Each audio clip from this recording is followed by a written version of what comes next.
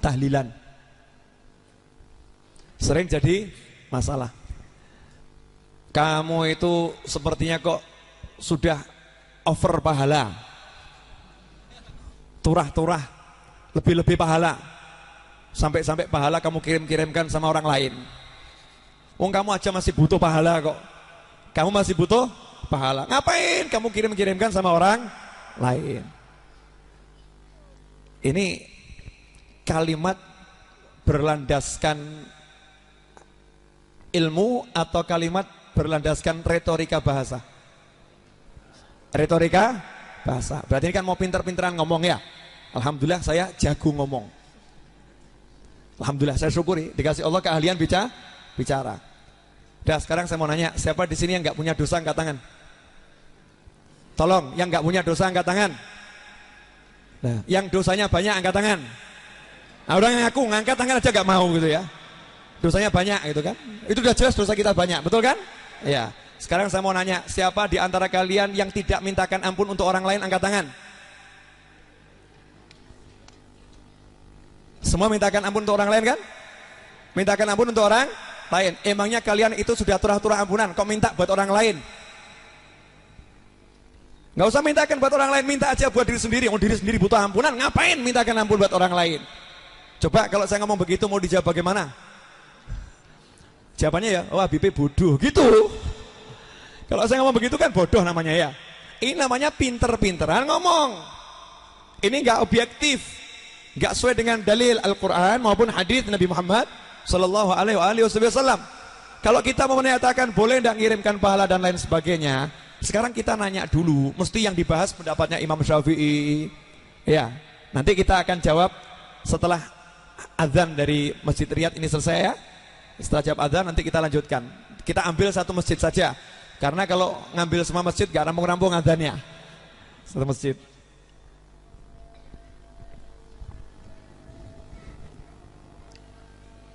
La haula wala quwata illa billah.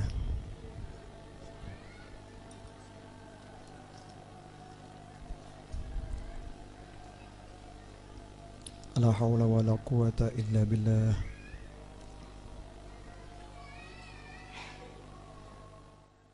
Allahu Akbar, Allahu Akbar.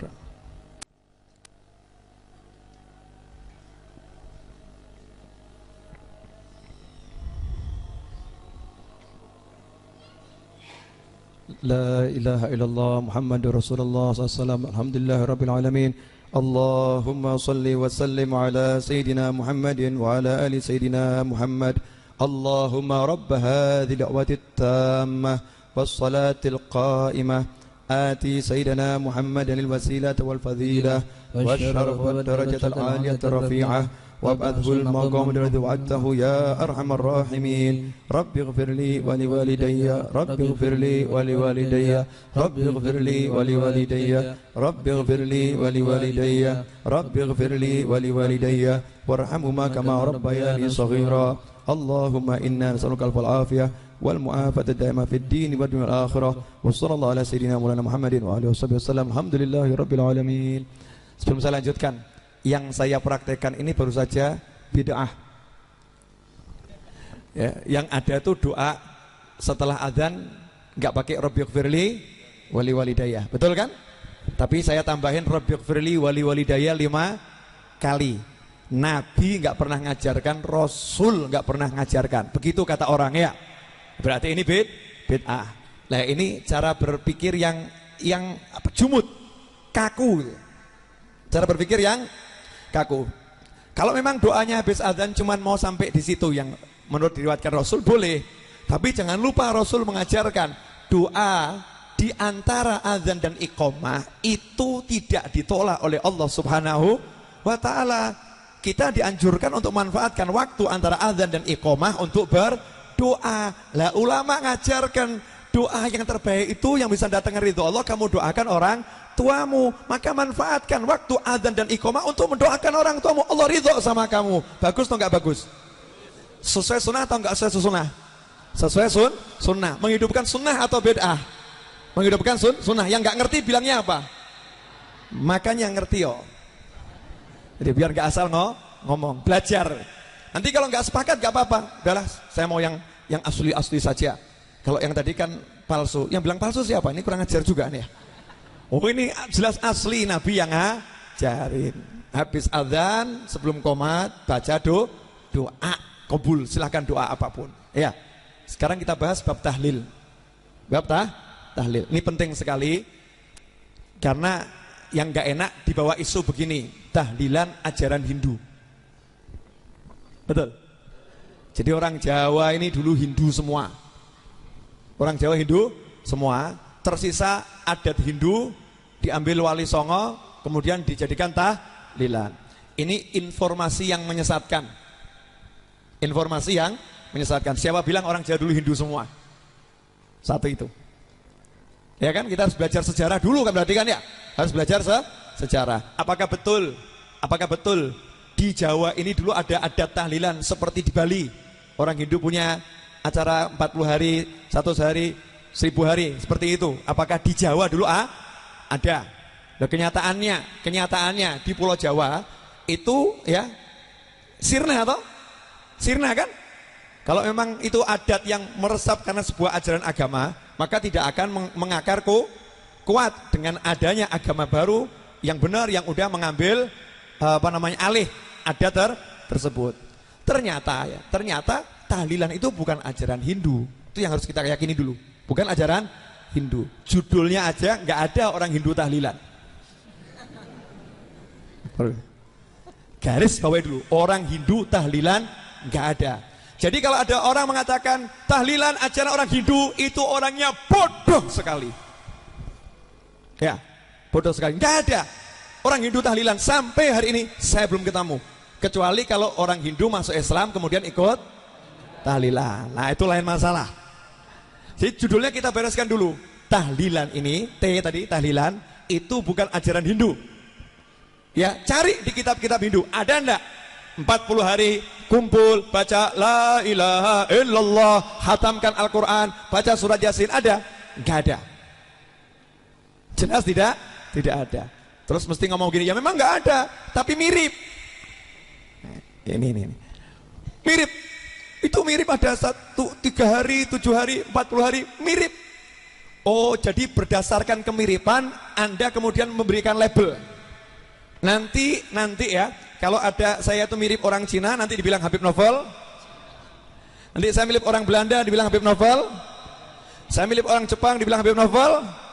Repot atau enggak repot ini? Repot. Nanti begitu ada ajaran Islam yang mirip dengan ajaran agama lain, nanti dibilang Islam itu mirip.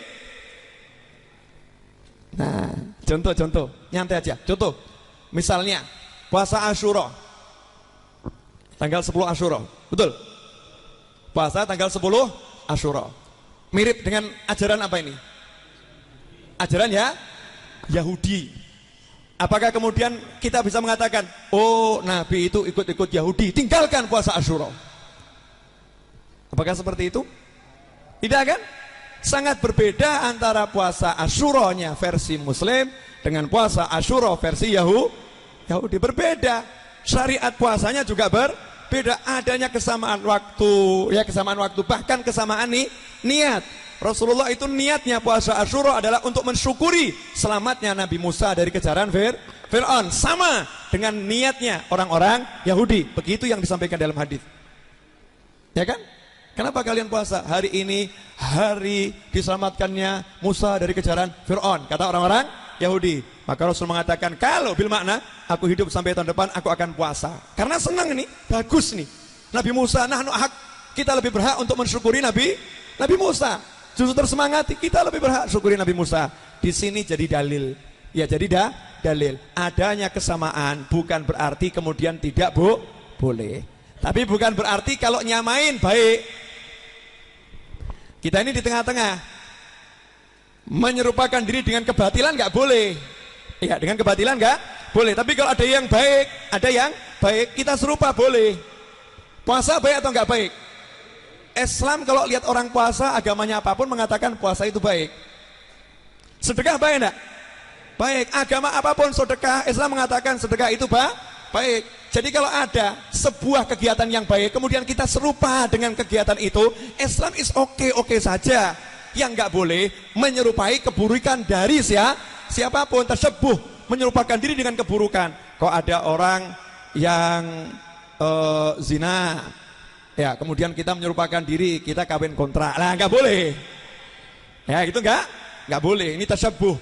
Ada penyerupaan dengan zina seperti itu.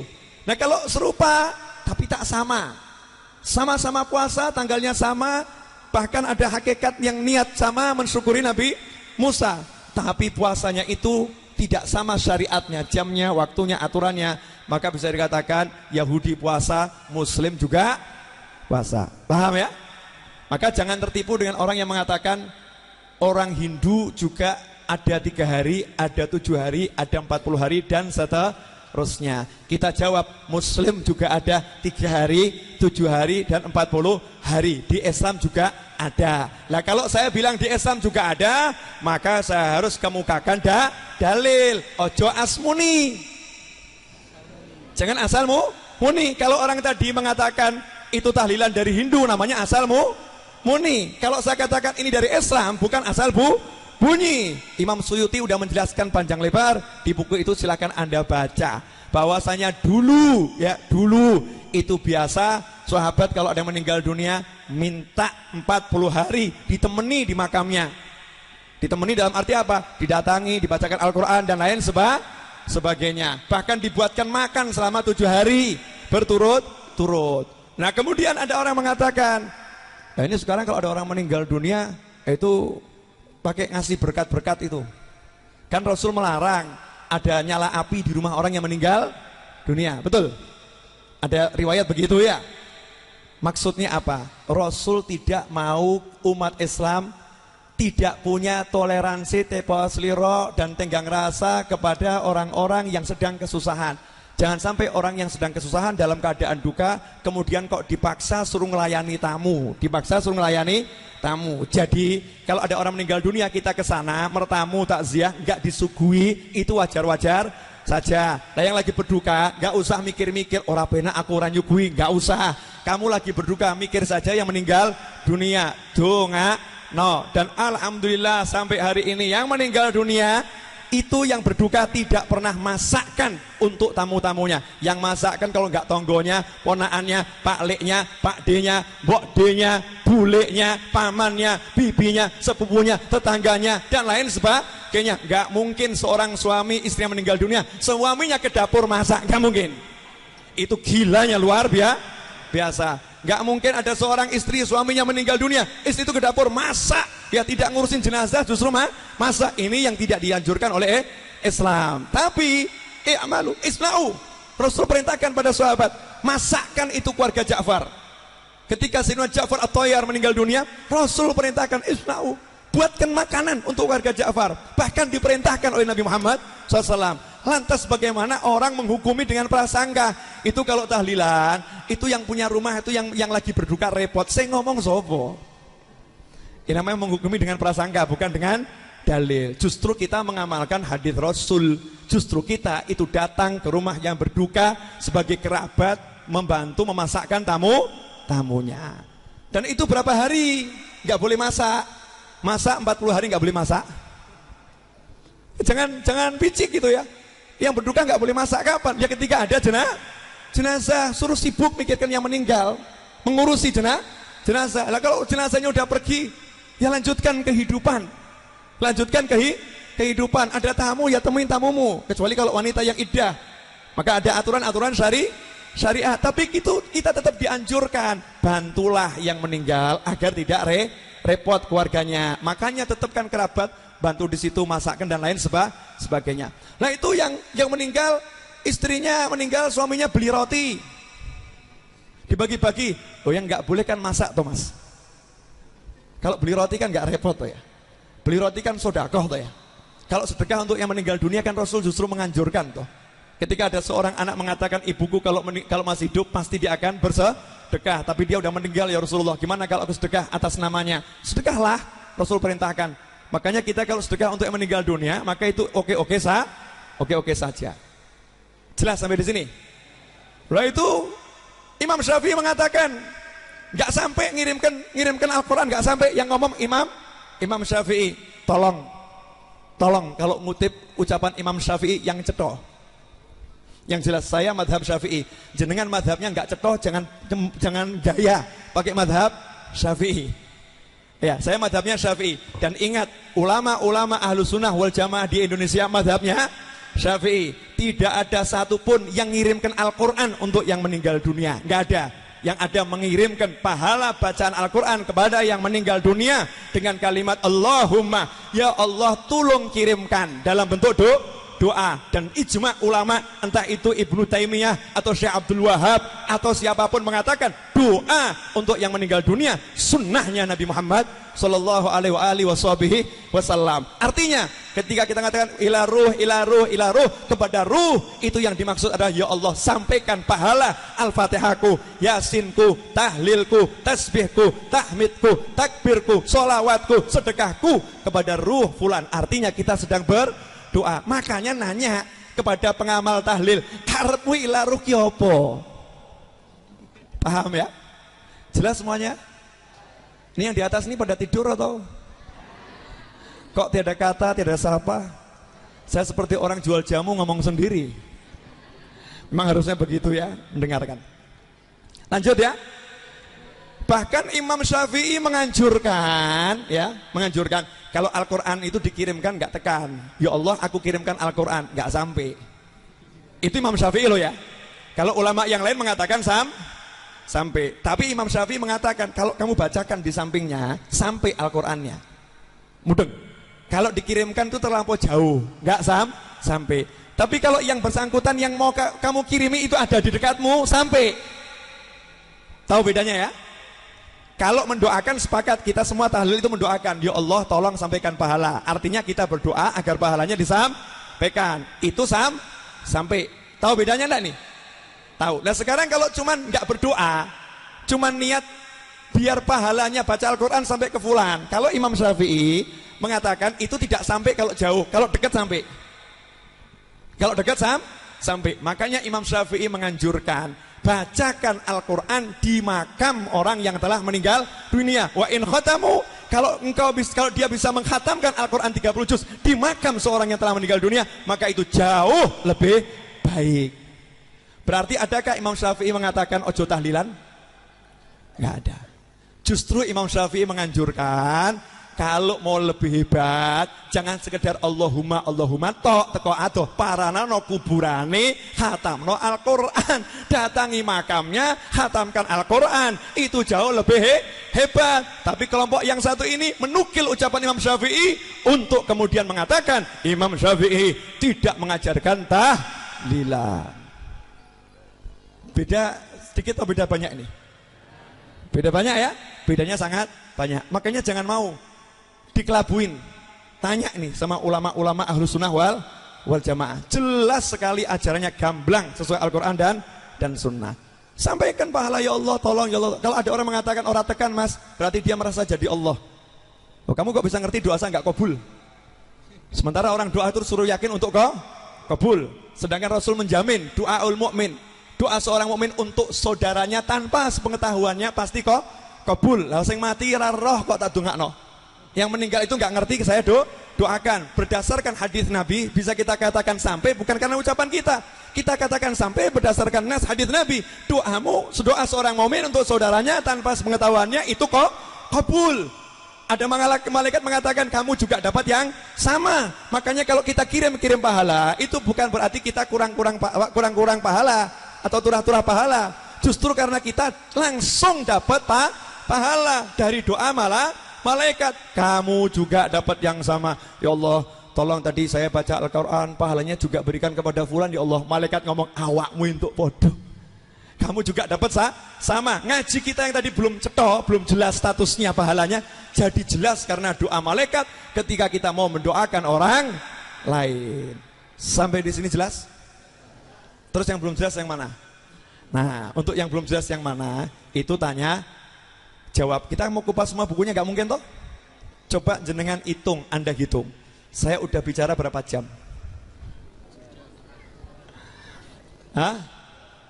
Setengah 10, setengah 11, setengah 12, 2 jam seperempat. Mau dilanjutkan sampai setengah 1 nanti nggak ada tanya jawab, nggak jadi bagi door prize. Saya senang tuh. Kalau door prize nggak dibagi saya untung. 3 laptop nggak jadi melayang. Ya kan, meja kursi yang unik di depan nggak jadi melayang. Kemudian sepeda ontel ala kerbau. Ya, kerbau tuh di depan nggak jadi melayang. Kemudian ada magicom, ada macam-macam lah Bu, yang buat menyenangkan ibu-ibu itu, ya, nggak jadi melayang. Jadi kesepakatannya ada door prize atau door prize buat saya semua. Ada door prize. Berarti door prize-nya dibagi enggak ini? Baginya kapan? Terjadi beda pendapat antara kalangan bapak-bapak dan ibu-ibu. Mendengar yang namanya magicom langsung mengatakan sekarang. Ibu ya kena magicom langsung bilang sekarang. Saya lanjutkan dulu ya. Ini hal-hal yang sering dipermasalahkan. Permasalahkan. Jadi tahlilan itu dianggap buang-buang pahala untuk orang lain, padahal kita butuh pahala. Justru karena tahlilan kita mendapatkan pahala. Dan tahlilan tidak niru Hindu atau agama manapun. Tahlilan itu berasal dari Islam. Terperinci baca buku itu. Nah, jangan khawatir. Insya Allah 2 bulan atau 3 bulan lagi bukunya akan saya sebarkan secara utuh di internet. Ya, 2 bulan atau 3 bulan lagi PDF-nya akan saya sebarkan. Sekarang bukunya saya jual dalam bentuk kertas dulu, ya, untuk mengumpulkan dana bagi perjuangan Ahlus Sunnah wal Jamaah. Saya lagi membangun sesuatu, bukan cuma bangunan ini. Saya lagi membangun sesuatu rahasia. Nanti kalau udah jadi jenengan tinggal menikmati hasilnya. Saya lagi bangun sesuatu yang menyenangkan. Pokoknya nantilah kalau udah jadi baru diomongkan. Setuju? Insya Allah nggak sampai 2 minggu lagi jenengan bisa merasakan hasilnya. Punya handphone semua? Yang belum punya beli. Ya, nanti lewat handphonenya bisa merasakan sesuatu yang indah dari hasil kerja teman-teman saya. Hasil kerja teman-teman saya. Tapi basuki mawa beo. Nah, ini hasilnya itu digunakan untuk perjuangan bersama. Boleh dilanjut? Sampai di mana tadi? Magicom ya. Tahlilan bukan ajaran Hindu ya. Hindu punya ajaran sendiri. Orang Hindu juga marah loh kalau dibilang 7 hari itu tahlilan, ngawur ya. Sejak kapan kami mengucapkan 2 kalimat syahadat, kan begitu. Nah, selanjutnya ini sering dipermasalahkan. Memang ini saya juga sama. Tahlilan sampai utang sana utang sini. Nah, ini salah. Jangan karena oknum utang sana utang sini kemudian tahlilannya disalahkan. Paham ya? Nanti kalau ada orang umroh utang sana utang sini akhirnya umroh, akhirnya dikatakan umroh itu ngawur buat orang utang sana utang sini. Betul? Kan tidak bisa. Yang salah bukan umrohnya tapi orangnya. Tahlilannya benar. Kalau ada orang salah wajar. Sholat aja bisa jadi salah gara-gara orangnya kok. Ya, pengen gitu ya, ngelamar anaknya Pak Yai. Sholat sop pertama belakang Yai. Allahu Akbar. Diusul-usulkan, ini sholatnya jadi salah ini. Sholatnya benar tapi jadi salah gara-gara niat orang yang mengamalkan niat tahlilan. Itu tetap ada satu kaidah, tidak boleh memaksakan diri, nggak boleh.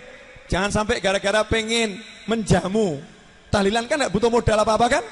Oh, namanya aja juga mendoakan. Doa itu kan modalnya lisan dan hati, betul? Minimal kalau muslim ketemu sunnah Nabi ngasih minum air putih minimal, ya kan? Kalau nggak ada air putih, masa buat 5 orang nggak ada air putih? Tahlilan kan nggak harus ribuan orang, kan begitu ya? 1 orang bisa tahlilan, 2 orang bisa tahlilan, 3 orang bisa tahlilan. Intinya doakan. Bisa jadi orang 1000 tuh doanya kalah sama doanya 1 orang, ayo kan? Bisa jadi 1 orang tuh doanya luar biasa. Tapi memang kalau banyak orang kumpul di situ rahmat Allah banyak yang turun dan banyak barokah. Tapi ingat, jangan pernah memaksakan diri. Jadi kalau ada orang mau tahlilan sampai jual sawah, nah itu salah. Selesai tahlilan akhirnya jatuh, mumet, akhirnya nggak sholat. Naudzubillah min dzalik. Jadi jangan disamakan antara oknum yang salah dengan amalan itu sendiri. Amalannya benar. Tapi kalau ada orang yang salah, jangan salahkan amalannya. Termasuk zikir. Ini sering dipertanyakan ya, zikir. Sering tuh orang NU kalau zikir seperti pasukan gedek. la illallah, illallah. Ada yang la illallah. Ada la illallah. Macam-macam. Ada lagi yang muter. Allah, Allah, Allah. Ada yang muter kan? Ada yang lagi loncat-loncat. Hai. Hai. Hai. Ada kan toriko ya? Ada yang seperti itu. Ini zikir atau joget? Ya coba dibedakan toh, orang joget itu begini loh. Itu joget. Gak ada orang dangdut begini. Gak ada. Gak ada. Atau orang dangdut gini. Allah. Bahkan ada yang mengatakan itu stripping, itu stripping. Sopo stripping kayak ngono ki? Saya tuh ya kumpul sama orang macam-macam, tapi nggak ada orang yang kemudian joget begini. Nggak ada. Ada begitu? Nggak ada. Dan jangan dikira orang yang tahlilan kayak gitu. Orang tahlilan kok begitu? Itu mungkin kamu begitu, suka begitu. Makanya ngomong tahlilan, stripping. Itu kamu suka begitu, makanya kamu jadi begitu. Paham? Yang merasa begitu dengarkan ucapan saya. Iya, dengan bangganya nyebarin di mana-mana stripping. Syahada. Takallam bil ilm. Bicara pakai ilmu. Bicara pakai ilmu. Jangan bicara pakai nafsu. Jangan bodohin orang banyak. Jangan bodohin orang banyak. Dengan kemampuanmu berbicara, ingat Allah akan nanya. Ingat Allah akan nanya, mas'ul. Allah akan nanya kamu. Ketika kamu berdua dengan Allah di kubur, kamu akan ditanya, kenapa kamu halangin orang mengesahkan aku? Kenapa kamu halangin orang mengucapkan la ilaha illallah? Kenapa engkau sesat-sesatkan mereka yang mengesahkan aku? Dan engkau biarkan mereka yang mabuk-mabukan. Engkau biarkan mereka yang durhaka pada orang tua. Engkau biarkan mereka yang memutuskan tali silaturahim. Bahkan engkau katakan, singkirkan orang tuamu kalau dia tahlilan. Masya Allah. Hati-hati, tanggung jawabnya lidah. Tanggung jawabnya lidah. Tak gampang. Sahabatnya Rasulullah SAW tanya itu kepada Khalifah Ali bin Abi Thalib karramallahu wajhah. Nanya pada ulama, nanya kepada ana Madinatul Ilm wa Ali babuha. Aku adalah kotanya ilmu, Ali pintunya. Tanya kepada Sayyidina Ali, bagaimana zikirnya para sahabat? Apakah sahabat kalau zikir diam saja? Sayyidina Ali mengatakan, kalau pagi aku melihat sahabatnya Rasulullah SAW berzikir dan tubuh mereka bergoyang seperti pohon yang diterpa angin di saat kencang. Pohon kelapa diterpa angin kencang gimana? Berarti sahabat stripping ya? Awas kamu. Ini orang. Kali-kali kita tuntut aja nih ucapan begitu-begitu tuh. Ya, sahabat stripping. Ada orang yang yaduk, orang yang punya hati, orang yang punya rasa, orang yang punya rasa. Ya jibalu awibi, gunung saja disuruh bergoyang oleh Allah Taala bersama Nabi Dawud berzikir. Gerak kamu gunung, nggak boleh diam. Sahabatnya Rasul ya gerak. Nah, ini kan masalah hati, masalah hati. Makanya idza dzukirallah wajilat qulubuhum. Ketika disebut nama Allah, hati mereka bergetar. Getaran hati itu tidak bisa ditahan tubuh. Orang gergeten tahu, orang gemes. Ada orang gemes cuma diam. Aku gemes. Gak ada. Ada enggak ada? Aku gemes banget tuh. Ada kan? Gemes. Ini gemesnya. Ini gemes namanya. Bisa disalahkan orang gemes. Bisa disalahkan.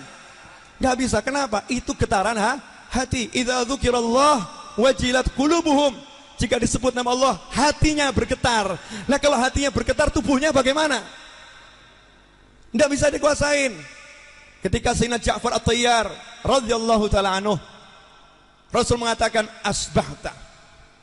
Ya, engkau adalah manusia yang paling menyerupai aku akhlak maupun parasmu. Coba ini pujian biasa atau luar biasa nih? Kamu tuh paling mirip sama saya loh. Baik itu tubuhmu maupun akhlakmu mirip sama saya. Yang ngomong Rasulullah SAW. Biasa atau luar biasa?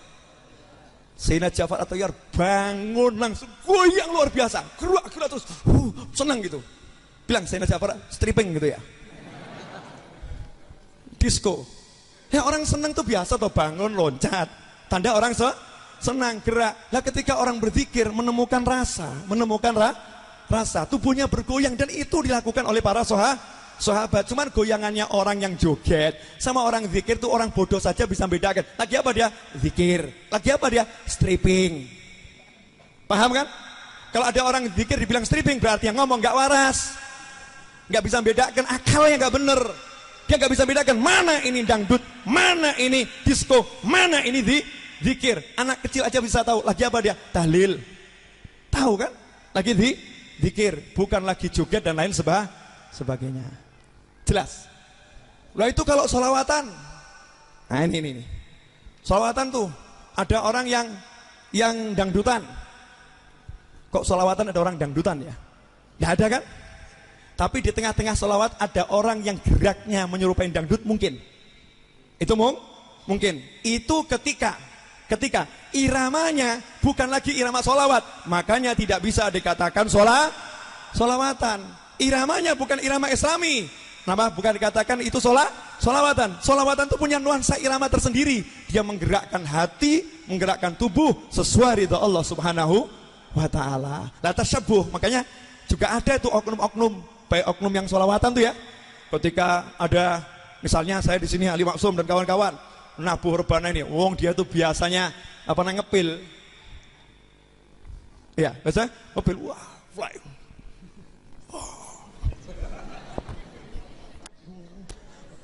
Nah ini orangnya nggak beres. Jangan salahkan orangnya yang nggak beres. Tapi biarin dulu proses itu, proses dia untuk berubah. Alhamdulillah dia bergerak ini masih di tempat yang halal, di samping kaum pria, tidak kepada wanitanya, sesama wanita, nggak bersama pria. Gerakannya begitu, biarin dulu. Ya, ingkari dalam hati, doakan, kemudian dibimbing, nanti pun jadi benar. Beb, dalilnya Beb, boleh nggak orang nari? Boleh. Islam itu agama seni. Makanya yang nggak punya jiwa seni nggak bisa bagus Islamnya. Kanjeng Nabi itu penuh dengan jiwa seni kok. Seniman ulung tuh Rasulullah SAW. Seninya luar biasa. Nggak percaya? Lihat itu bagaimana surbannya Rasulullah. Lihat bagaimana pedangnya Rasulullah. Lihat, ya. Lihat bagaimana pakaian putrinya Nabi Muhammad SAW, Fatimah Zahra. Modis, cakep, seni, indah, tapi syar'i, Islami. Lihat gitu. Hebat. Rasulullah itu seniman ulung. Gak mungkin Rasulullah gak seniman. Kenapa? Karena alam diciptakan dengan keindahan, dan keindahan Allah ada dalam diri Nabi Muhammad SAW. Makanya Rasul itu penuh indah dirinya. Innallaha jamil yuhibbul jamal. Allah maha indah dan mencintai keindahan. Contoh tarian dalam Islam. Ini yang sering nih teman-teman saya yang ikut thariqah itu dihina sama orang-orang yang begitu-begitu tuh. Ini apa nih? Ini pengajian apa jogetan? Loh, aswaja itu enak, ngajinya ada jogetnya ada ngajinya. Tapi jogetnya itu bagian dari Islam, karena Islam nggak ada jogetan. Islam itu juga mengenal jogetan, tarian. Rasulullah SAW ada sahabat datang dari Habasyah, ya, dari Ethiopia. Tamu mau datang dari Ethiopia. Rasul nanya sama sahabat-sahabat yang asalnya Ethiopia, di tempat kalian itu kalau ada tamu, cara nyambutnya bagaimana? Coba bayangkan nih, betapa Rasul menghargai adat. Gimana cara nyambutnya? Rasul nanya gitu, sahabat jawab, ada Rasulullah, dengan tarian perang. Praktekkan di masjid. Gladi resik dulu. Kalau sekarang gladi bersih. Ayo gladi bersih dulu di masjid ya nanti, biar seluruh sahabat ini Madinah nonton orang Ethiopia kalau nari perang seperti apa, pakai senjata. Maka saat itu sahabat kumpul di masjid semua. Ini dari Ethiopia bawa tombaknya tuh ya. Saya nggak tahu tariannya model bagaimana karena saya bukan orang Ethiopia, jadi saya nggak bisa praktekkan itu kan. Itu dikatakan dengan loncat di dalam masjid, loncat dilihat oleh Nabi Muhammad SAW. Bahkan istri Nabi saking pengen lihatnya, ya Rasulullah pengen lihat. Maka Rasulullah mengatakan, nih naik ke punggungku, digendong biar bisa lihat jelas, dan tidak dihentikan sampai Aisyah radhiyallahu anha, Sayyidah Aisyah yang minta tuh turun, artinya Rasul ridho dengan tarian tersebut, istri Rasul ridho, dan jadi hiburan untuk keluarga Nabi Muhammad Sallallahu Alaihi Wasallam. Islam itu ada saat menari, ada saat menangis, ada saat makan, ada saat minum, ada saat dia naik kuda, ada saat dia berenang. Islam itu komplit. Islam itu bukan melulu zikir, karena zikirnya itu bentuknya macam-macam. Jangan paham enggak nih? Kok jadi diam semua, kenapa? Takut sama saya ya? Oh, saya lagi bersemangat ngusir setan ngantuk kok maksudnya. Ya, jadi zikir dengan gerakan itu dicontohkan para sahabat. Di hadapan Rasul pun dilakukan oleh sahabat. Dengan tarian itu diizinkan dalam Islam. Tentunya syarat dan ketentuan berlaku. Kalau tarian yang dia itu menyerupai dengan orang-orang banci, menyerupai perempuan ya, yang goyang nah begini, yo kabeh ngomong haram kang gitu. Ya kan ya?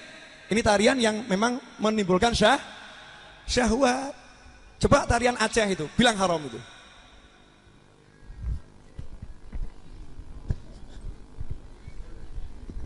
Tarian Aceh itu, ya kan? Itu kan tarian zikir, gak jadi masalah. Orang bisa bedakan, oh ini zikir ini zikir. Setiap kaum itu punya adat tersendiri. Jelas semuanya? Ini udah wajah-wajah KO nih. Mungkin jenengan diajak ngaji paling lama hari ini mungkin ya. Betul. Ada yang udah dari jam 8, dari jam setengah 9, ya kan? Ya untung aja saya tadi keluarnya jam setengah 10. Coba kalau saya keluarnya jam setengah 9, Anda pingsan semuanya. Ini akal-akalannya Ustadz kalau mau minta berhenti kan seperti ini. Jam 12 perjanjian setengah 1 selesai. Setengah 11, setengah 12, jam 12 sudah 2 jam setengah. Nah, kira-kira Anda pengen punya enggak rekamannya ini? Pengen? Caranya mudah. Download di YouTube. Kalau nggak bisa download, beli saja DVD-nya Jumat yang akan datang. Ya, jangan khawatir. Saya buat harganya DVD-nya semurah mungkin kalau bukunya mahal. Karena bukunya penuh dalil ya. Nah, bukunya ini mahal, tapi Anda akan dapatkan pahala yang berlipat insya Allah. Orang sekarang kan banyak jual buku, kan ini macam-macam ya. Anda mendapatkan keuntungan dalam satu paket, betul ya? Ini udah ada paket seminar senilai sekian, paket senilai sekian. Saya kasih tahu, 100.000 ada paket namanya infak untuk bangun musola dan majelis senilai unlimited. Berarti murah atau mahal tuh? Murahnya luar biasa. Untung-untung loh saya izinkan jenengan ikut nyumbang di sini. Kalau saya tolak gimana? Gaya dikit gitu loh ya. Kadang orang tuh nyumbang gaya, boro-boro tak sumbang, sepurone mas, boro-boro tak tampi. Coba kalau saya mau nolak, jenengan mau nyumbang siapa? Saya ajak teman-teman saya, orang itu ya kalau nyumbang tolak saja biar nggak dapat pahala, rasain lu. Kan Rasul mengisyaratkan nanti di akhir zaman orang itu mau sedekah, mau zakat sampai nggak bisa kan? Semua nolak. Kenapa? Oh, butuh aku duit, butuh aku duit. Alhamdulillah sama si ajak jenengan, ajak untuk sama-sama berdakwah di jalan Allah Subhanahu wa taala dan tanpa mengurangi apapun. Artinya ada nilai yang Anda bawa pulang dan nilainya itu lebih daripada yang dikeluarkan. Insyaallah. Jelas ya?